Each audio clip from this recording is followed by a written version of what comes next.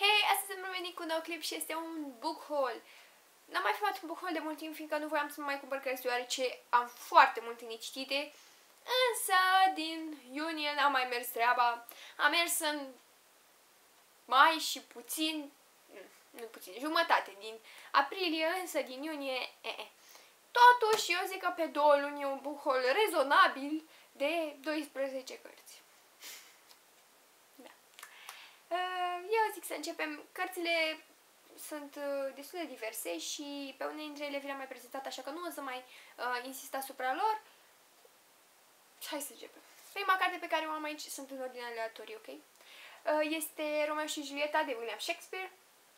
Carte pe care nu credeam că o să o mai găsesc vreodată, pentru că tot căutam pe net și ba nu o găseam, ba nu știu ce se întâmpla, era scumpă, etc. Am găsit-o într-o librărie, într-un magazin Diverta. Mi-a plăcut foarte tare această ediție pentru că e roz și are verde. Da, este bilingvă, nu știu că se vede, aici este în engleză, aici este în română.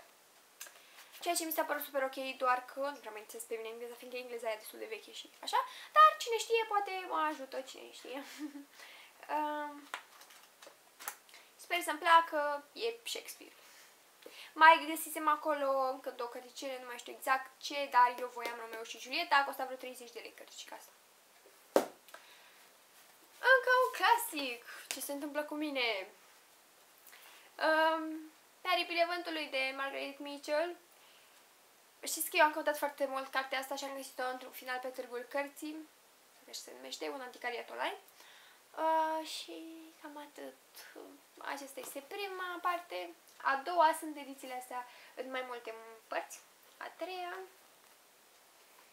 și a patra. Volumele 2 și 3, cum am venit, partea a doua și 3 sunt păstrate într-o stare impecabilă. Prima și ultima, cât de cât, dar astea două sunt într-o stare impecabilă. Și sunt niște ediții destul de vechi. Chiar vreau să-mi placă această carte și mă aștept să-mi placă. E genul meu.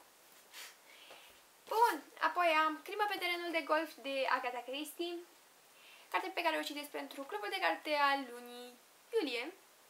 Mai e puțin până la live, pe 3 august o să fie live-ul, dacă n-ați văzut anunțul. Eu sunt pe la jumătate, sunt convinsă că astăzi o dau gata, fiindcă ieri am citit jumătatea asta în o oră, cred, nu mai mult de o oră, dar m-am apucat să citesc pe la 8 și pe la 10 eram deja în starea asta cu ea și am făcut și alte lucruri. Îmi place destul de mult până acum. Este vorba despre celebrul detectiv Poirot, care este chemat în Franța de un domn al cărui nume nu pot să rețin. Cred că Renault, habar n-am, cred că e francez și nu mă pricep la franceză. Însă până să ajungă Poirot, omul moare. Cine l-a ucis, ce s-a întâmplat, nimeni nu știe, toată lumea este alertată, toată poliția de fapt.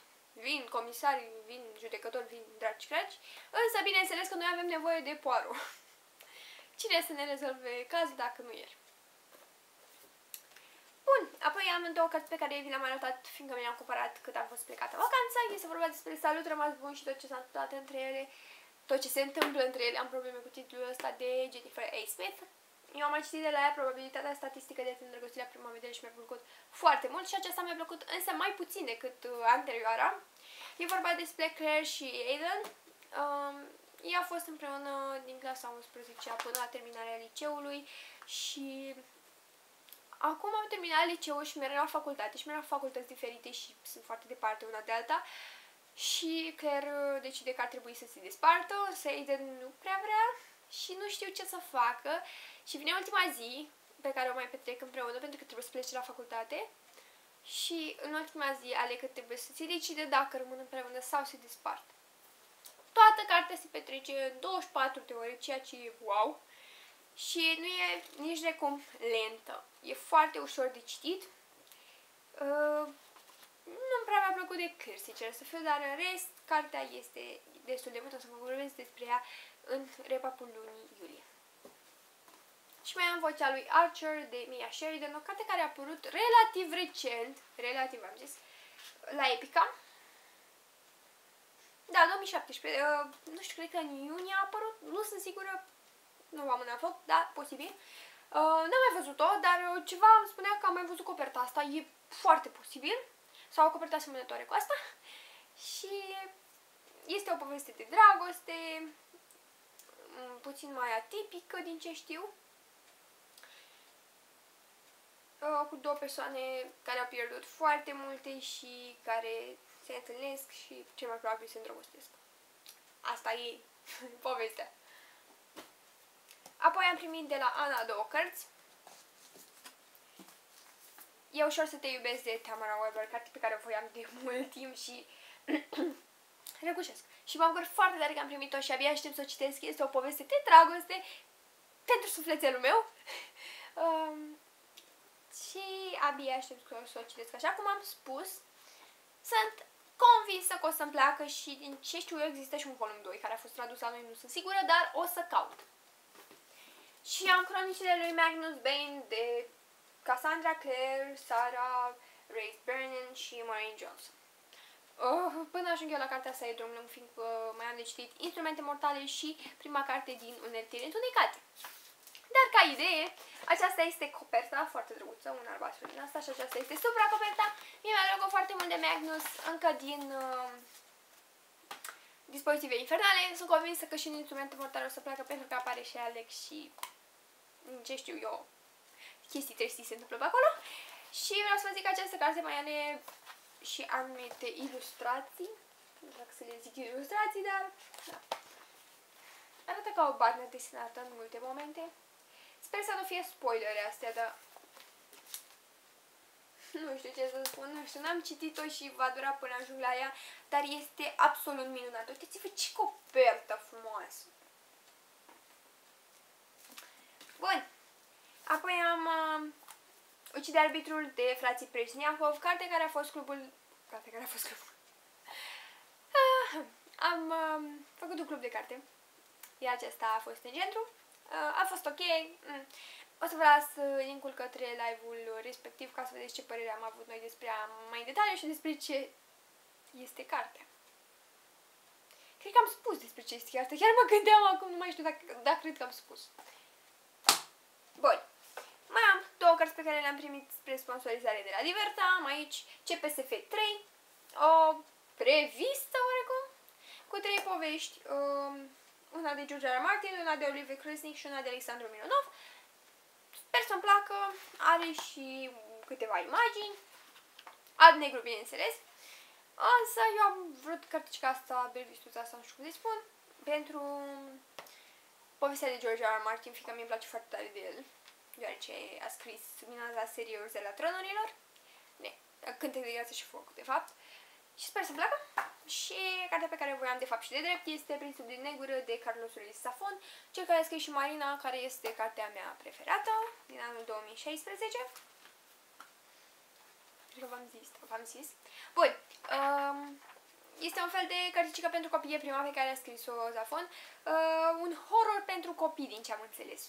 Nu știu cât de bună este, care e faza cu ea exact, însă am așteptări de la el și chiar cred că este o carte bună, chiar dacă a fost prima lui carte.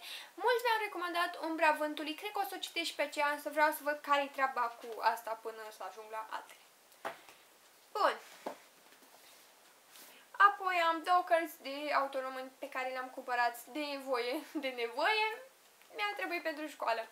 Este vorba de Ultima noapte de dragoste, Întâia noapte de război de Camil Petrescu, în două părți, pentru că așa sună editura asta.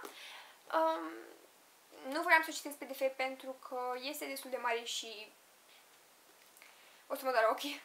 Eu citesc PDF cărți micuțe. Am citit Alexandru Lăpușneanu, am citit povestea lui Harapal, citesc acum O scrisoare de dragoste, probabil o să citesc și Baltagul, Hanu Ancuțe și ce mai am eu pe acolo, din astea mai micuțe, până în 150 de pagini, însă restul trebuie să le cumpăr. Dar ce mai probabil o să citesc și Moromeții acolo, pentru că eu nu dau 40 de lei pe ediția aia, care este absolut groaznică. Nu-mi place, deci nu-mi place deloc. Dar, mă rog, revenind la cartea asta, chiar am așteptări de la ea. E singura carte care m-a atras și pe mine de când eram mică, din lecturile obligatorii și sper să-mi placă. Și aici mai am Enigma Utilii de George Călinescu, care am auzit că ar fi faină și că ar fi o poveste de dragoste. Sper să-mi placă, sper să fie bună. Eu te rog să nu mă dezamăgești. Este un review al omului ăstuia, George Călinescu, și aici. Și cred că o să citesc prima oară cartea asta ca să văd care-i faza cu omul și dacă îmi place și așa și spune că îi place cartea asta, înseamnă că trebuie să-mi placă și mie, nu? Zic. Și ultima carte, care este de fapt un roman grafic și este prima pe care am cumpărat-o de când am făcut o pauză aia de cumpărat cărți, Fantomanie de Vera Brosgol, care mi-a plăcut foarte mult, a costat 36 de lei, scrie pe spate, că altfel nu mai știam. Eu vă mai spun și prețurile, la ce mi-e minte sau... Da. S-a citit foarte repede, un roman grafic destul de interesant, ilustrat destul de bine și vă recomand. Cam acesta a fost clipul, voi ce mai citiți și v-ați mai cumpărat și cam atât pentru astăzi. Eu v-am pupat, pa, pa!